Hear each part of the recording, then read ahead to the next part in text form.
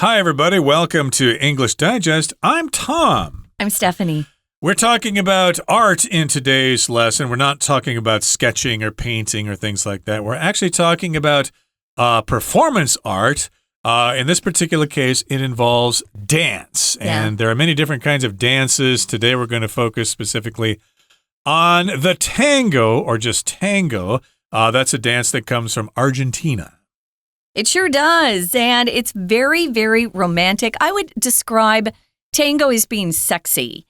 I was also talking to Tom before we started, and when I was reading the article, I thought, oh, they're not saying the tango. They're saying tango, which is weird to me, because for the most part, casual English speakers, we just say the tango. Oh, they're dancing the tango. But tango is also a style. So in this article, we're going to be using it without the. So I just wanted to warn everybody, usually when you hear it or you're reading a book and they're dancing a particular dance called the tango, you're going to see the tango. It's never wrong to say the tango.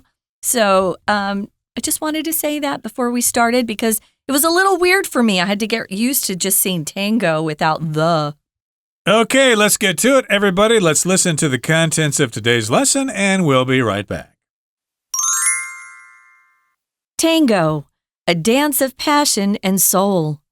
Tango unfolds in a dimly lit room, where a haunting melody ushers two dancers into a close embrace.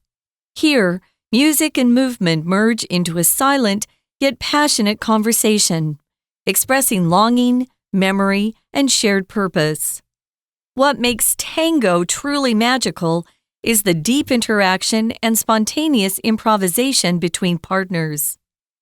Tango began in the late 19th century in Buenos Aires, Argentina's bustling capital. Born in the poor working-class neighborhoods and busy port areas, this dance emerged from a melting pot of cultures. European immigrants, African slaves, and local residents all contributed to its unique character. From these rich influences, tango gradually took shape. In the early 20th century, it crossed oceans to Parisian ballrooms, where European high society started dancing tango. It became a sensation, evolving from a street dance into a respected global art form. In 2009, UNESCO recognized tango's cultural value by including it on its intangible cultural heritage list.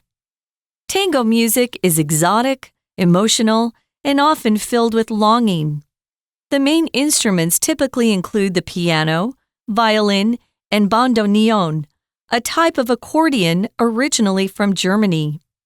The bandoneon gives tango its distinctive, melancholic, yet powerful sound.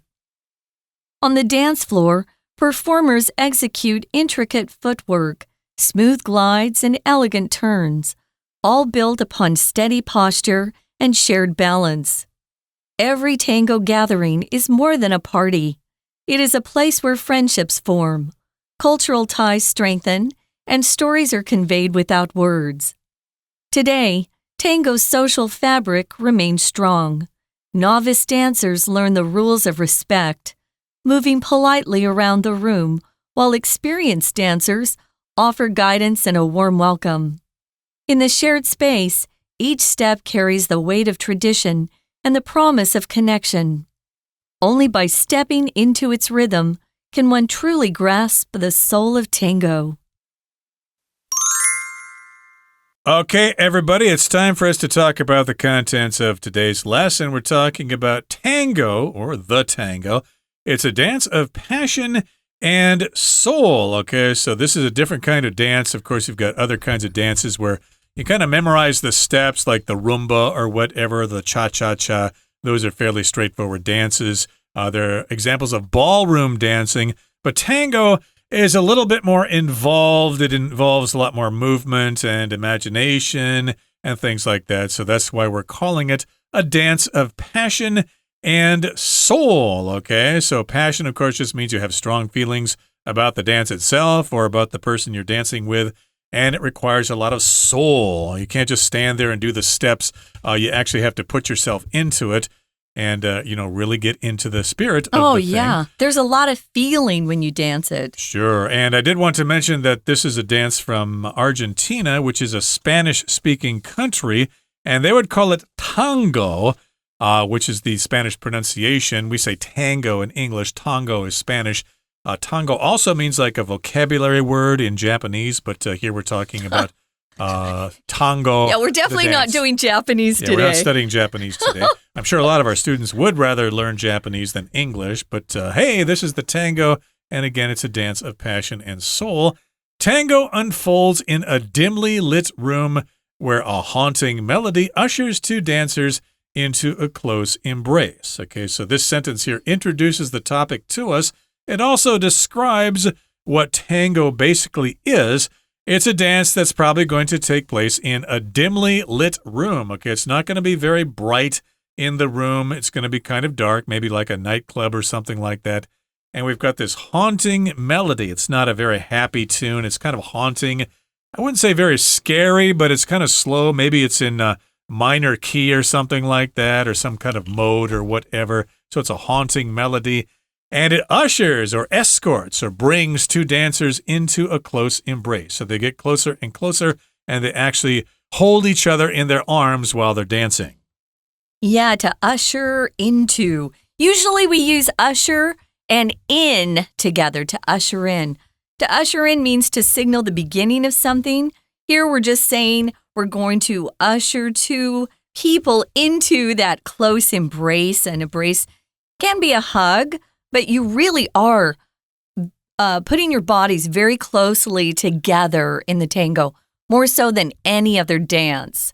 So get ready. You don't want to dance the tango with a stranger, I would just say, unless he's really good looking, ladies, and then go for it. Okay, but it's a very passionate dance. It's full of love. It's full of deep feelings, enthusiasm, excitement.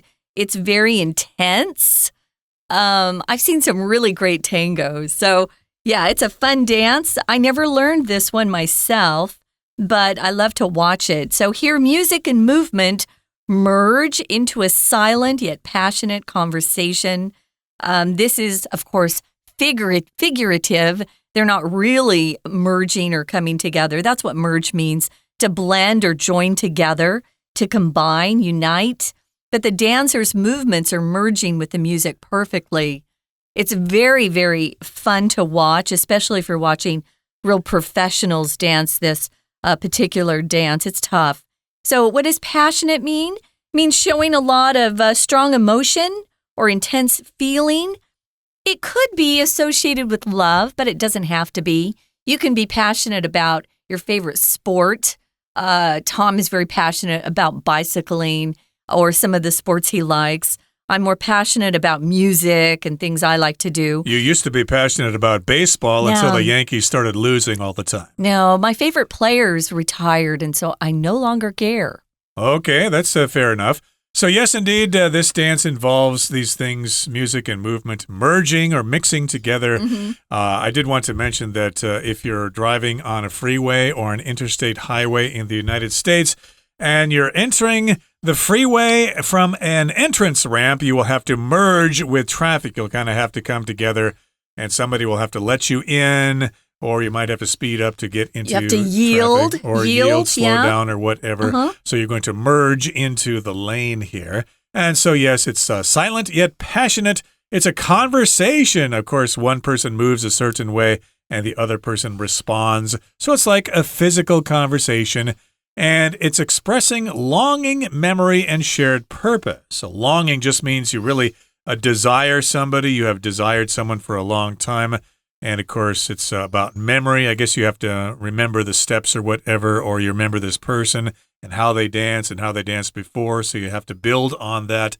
And, of course, you have this shared purpose. You're in this together. You're creating an art form. And you're partners with each other. You're not trying to outshine each other. It's a team effort. Oh, no. You have to really work together closely. What makes tango truly magical is the deep interaction. Interaction is when you are doing something with another person or between people or things. So you have this really strong connection. And you're also using a lot of spontaneous improvisation as a dancer.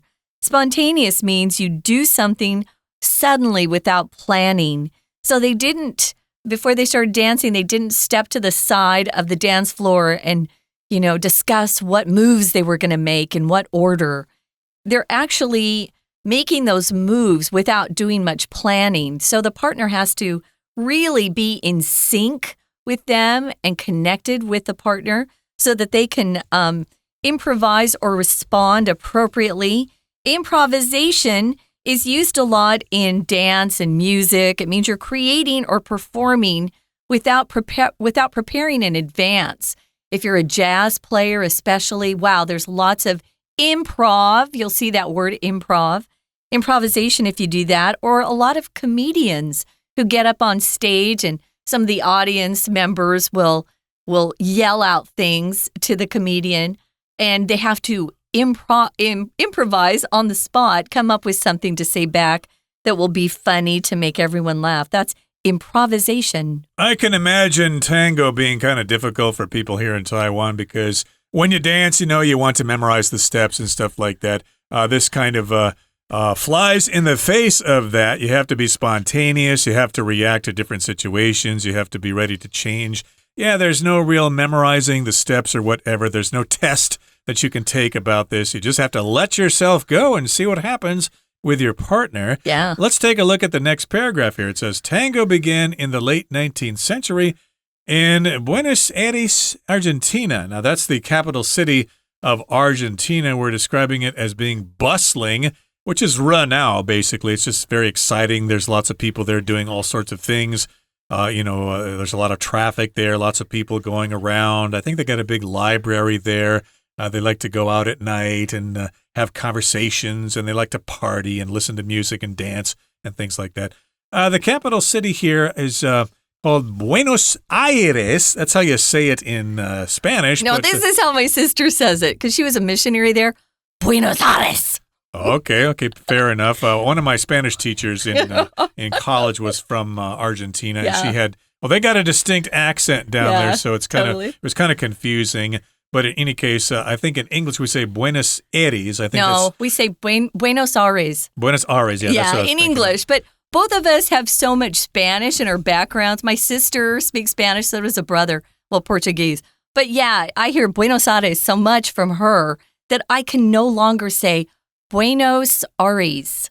I've heard Buenos Aires too, like the I've heard that too. zodiacal sign. I'm an Aries, but in any case, this is the capital city. That's where the government is. It's the capital city of Argentina. Or the land of the beautiful people, as my sister has also said. Yeah, right down there in South America, next to Uruguay and Paraguay and Chile, down there, stretching all the way down almost to the Arctic Circle, or the Antarctic Circle, I should say. And born in the poor working-class neighborhoods and busy port areas, this dance emerged from a melting pot of cultures. Okay, so it's kind of from the working class. It's from the common people of this particular country. It's not from the snobby rich people. A lot of dance comes from the snobby rich people. And, of course, they think, we know how to dance, you guys don't. But no, these are working-class people. And they got a lot of soul, they've been working hard, so they want to let go at night. So, of course, this particular kind of dance was born in poor working-class neighborhoods and also busy port areas. Buenos Aires is next to the ocean there, so it's got port areas, the areas where boats come in and dock and they unload cargo or fish or whatever. Yeah, so you could say that Buenos Aires is the birthplace of tango. This is where it got its start. It originated there, and like Tom said, it was born in the poor working class neighborhoods and the port areas there by the ocean or the water there. This dance emerged from a melting pot of cultures. When you see that phrase, a melting pot of cultures, it just means it's not just one culture that has an influence on something. America is a melting pot of different ethnicities and cultures. We've got people moving there from all over the world, and it all mixes together to become one thing. European immigrants were there. They were coming from Europe, Down to South America, they also had African slaves that were in that area, and local residents all contributed to its unique character. If you're a resident of a place, that's where you live. Tom and I are both residents of Taiwan. Although we're not citizens, we're residents, we live here. And so it was kind of fun. It had a mixture of lots of different types of cultures together. Okay, that brings us to the midway point in our explanation for today. Let's take a break, but please stay tuned. We'll be right back. Hello everyone, 我是 Patrick. 今天讲解的是 Tango, a dance of passion and soul. 大家应该都听过 Tango, 这是舞蹈也是音乐风格。起源于南美阿根廷这个国家，大概在20世纪开始风行全球。在阅读课文之前，老师建议大家去听听 Tango 的舞曲，会更能够理解课文内容。好，那我们一起来看学习重点。请同学看到第一段第一个句子。好，请看到逗点之后关系副词子句。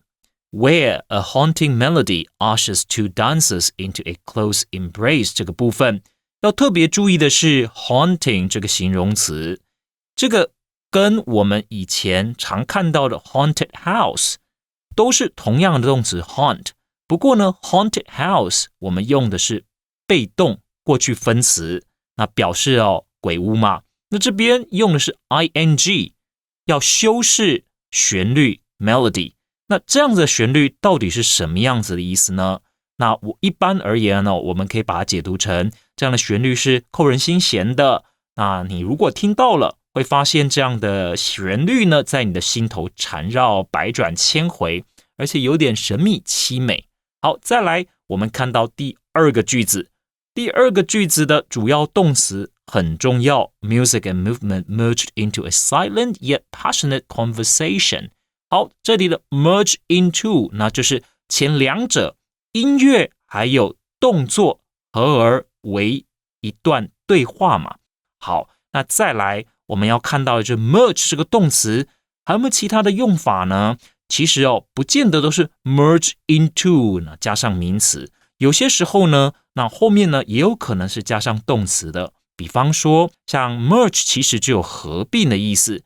我们在商业环境里面常常都会看到有大大小小的公司，那或者说规模差不多的公司可能会合并，那让彼此变得比较有竞争力。我们就可以造一个句子 These two medium-sized companies merged to form a big company earlier this year. 今年稍早有两家中型的公司合并成一家大的公司 merged to form a big company. 好，再来我们看到第二段，请同学注意到第一个句子，在 capital 前面的这个形容词 bustling。 讲到 bustling， 大家应该会想到 hustle and bustle， 对吧？那这两个字分开的时候意思不一样，那但是合起来呢是一个固定的短语，表示呢就是大量的活动热闹的氛围。比方说我们可以讲I love the hustle and bustle of New York City during the holiday season. 我喜欢假日季节纽约市的热闹氛围。那其实 hustling H 开头的这个 hustling 相较于 bustling 呢是稍微负面一点点，好像有点喧嚣步调很快的意思。那在我们原本的句子，我们一般而言呢把它解读成繁华 bustling capital。 好，再来呢请同学看到第二个句子。第二个句子介绍的呢就是 Tango 的发源地。那我们知道在这个阿根廷的首都这个地方， Tango 的发源地呢是有劳动阶级的背景，我们可以看到 working class neighborhoods。 那再来第三个句子，这边则是呼应了前面的 melting pot 文化大熔炉。 We're going to take a quick break. Stay tuned. We'll be right back.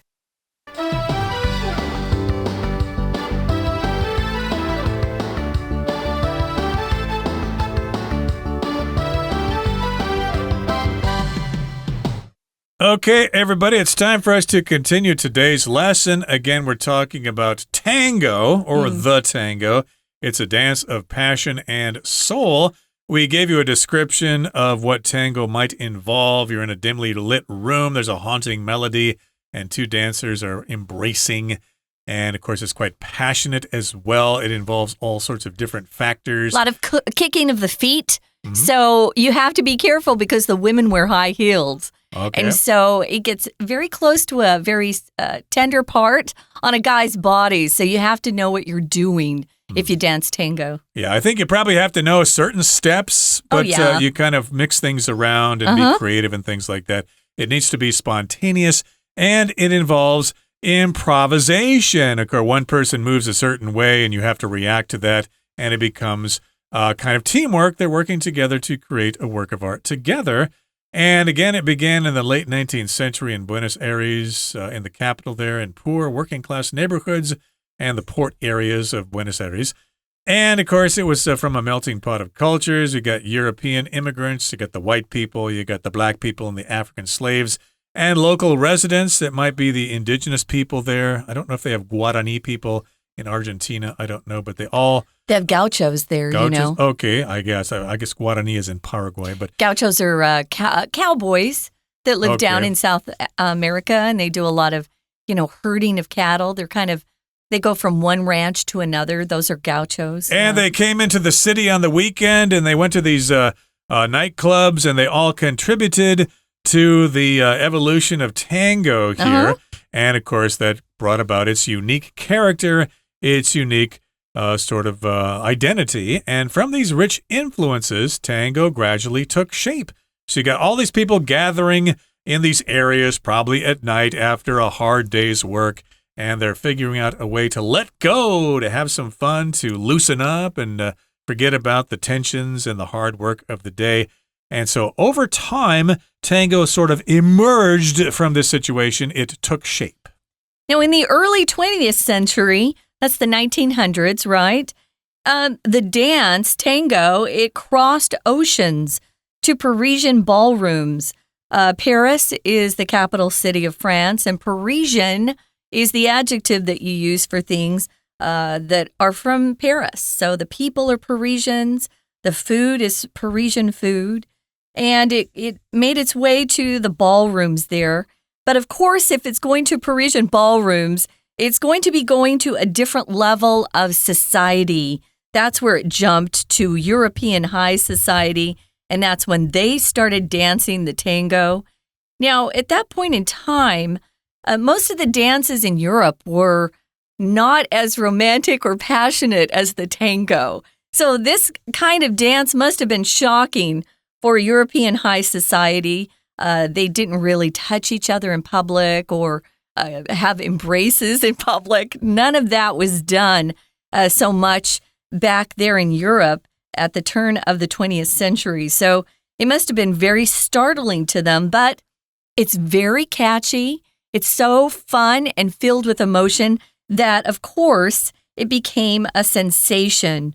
If something becomes a sensation, it's something that's very popular, it excites the public, and everybody wants to get involved. You could say it became a phenomenon. It stirred up the excitement of the people there in Paris. They thought, what is this dance? This is awesome. And that's when European high society started dancing tango. Notice, though, that the poorer middle class or the working class people in France and Paris, they weren't dancing the tango. It was just high society, the aristocrats, the elites, the people who had so much money they didn't have to work for a living. Right. So, of course, the rich people there in France or wherever got a hold of tango. They thought it was really cool, and they started dancing it.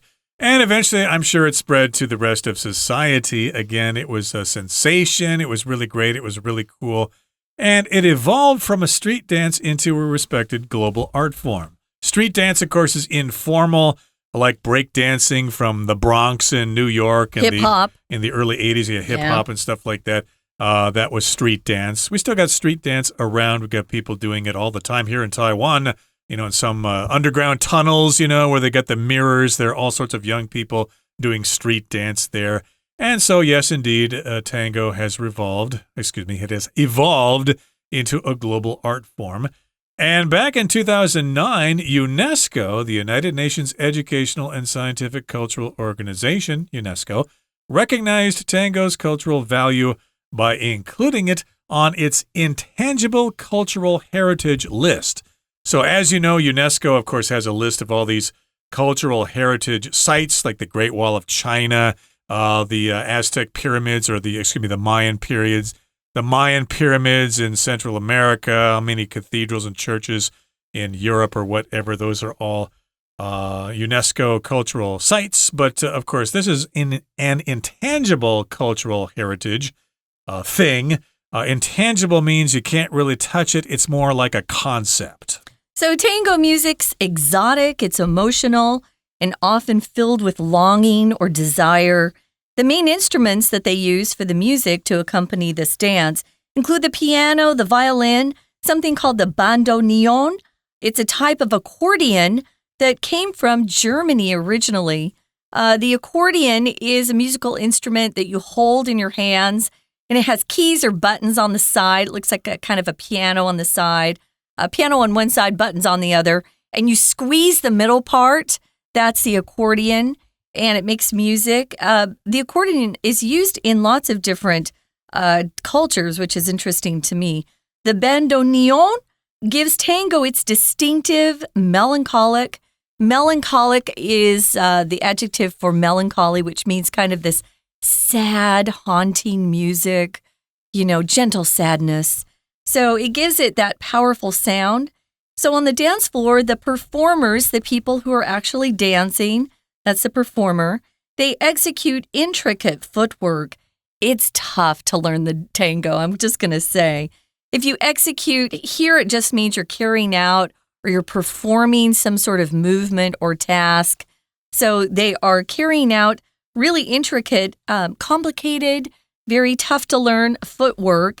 They have smooth glides. A glide is like a slide across the floor, but you move very smoothly and quietly. They have elegant turns. Everything looks so beautiful. And it's all built upon steady posture. You have to have really good posture. Posture is how you hold your body upright when you're standing or moving. People who dance the tango have awesome posture, which makes it look even more beautiful.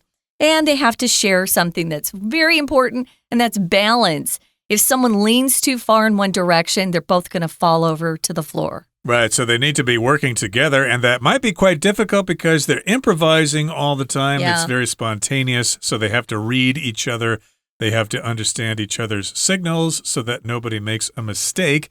And every tango gathering is more than a party. It is a place where friendships form, cultural ties strengthen, and stories are conveyed without words. There are lots of activities like this. People who have similar interests, of course, they get together in a certain place and they do the tango, and then they, of course, stop dancing and they talk to each other. They make friends, and of course, they exchange information or ideas about dancing, and then they try it again. So yeah, it's kind of a community, and yes, it's a tango gathering. It's not just a performance. Although they probably do have formal performances where you can buy tickets and go, sit in the audience and watch them dance. But it does sound like it's more informal. Yeah, they get together in these clubs or whatever, and they have a grand old time. Now, today's tango's social fabric remains strong. What's social fabric? Social fabric refers to kind of the relationships and connections that we have in our communities. It helps form a community. So novice dancers, novice means brand new. You're a beginner to some sort of new activity. You could say a beginner, a trainee, but novice. I'm a novice in this field. So novice or new dancers learn the rules of respect, and they just move politely around the room, while experienced dancers who've been doing it a while, they offer guidance and a warm welcome. Sounds like it's a really nice community when they get together to tango. Indeed. So in this shared space, each step carries the weight of tradition and the promise of connection. So they're sharing this space together and they're carrying on this tradition. Only by stepping into its rhythm can one truly grasp the soul of tango. So basically what we're telling you there is that don't listen to us. Head to Argentina and go to one of these tango clubs and see it for yourself. And Yeah, maybe give it a try yourself because it sounds like they're very nice to beginners here. They're very polite to you. They'll give you a warm welcome. Even if you don't speak Spanish, I'm sure you can let the dancing do the talking. Okay, that brings us to the end of our explanation for today. Here comes our Chinese teacher. 好，接着请同学看到第3段是在介绍 Tango 的音乐哦。那我要请同学特别注意的是第4个句子有一个形容词在 footwork， 就是脚步的前面intricate 这个形容词 intricate 这个形容词一般而言我们可以把它解读成呢就是非常精致的精细的。好，比方说像花瓶上面的雕饰，如果你觉得很精致很精细，或者像我们看到有一些机械表非常漂亮嘛，是透明的，你可以看到里面的齿轮，那这些齿轮很精密，对吧？好，或者说甚至于引申出来，我们在讲故事里面对于人物的刻画很细腻精致，故事情节很精致，你都可以用 intricate 来形容 intricate design on the vase， 或者 intricate system of gears inside a watch， 或者呢我们说 an intricate story。 再来呢请同学看到第4段第4段请看第2句。第2句首先要看到的是第一个字 novice， 这边呢指的就是刚开始呢跳 Tango 的人，他们算是新手， novice 就是新手。那我们看到逗点之后 while 这个副词连接词，这边是一个鲜明的对比拿新手的舞者跟有经验的舞者来做对比，好，用 while 来连接是非常好的。那再来我们看到第4个句子，第4个句子 only 开头，好，没错，这个句子呢是倒装句，那也就是你实际上开始进入了 Tango 的旋律韵律，那你才有办法呢真的去掌握住 Tango 的灵魂。好，以上呢是我们针对 Tango 这个单元所做的中文讲解。 See you next time. Okay, that brings us to the end of our explanation for today, and it's the end of our program for today. Have fun if you try the tango, and also check out our extra content on YouTube and Facebook. From all of us here at English Digest, I'm Tom. And I'm Stephanie. Goodbye. Bye.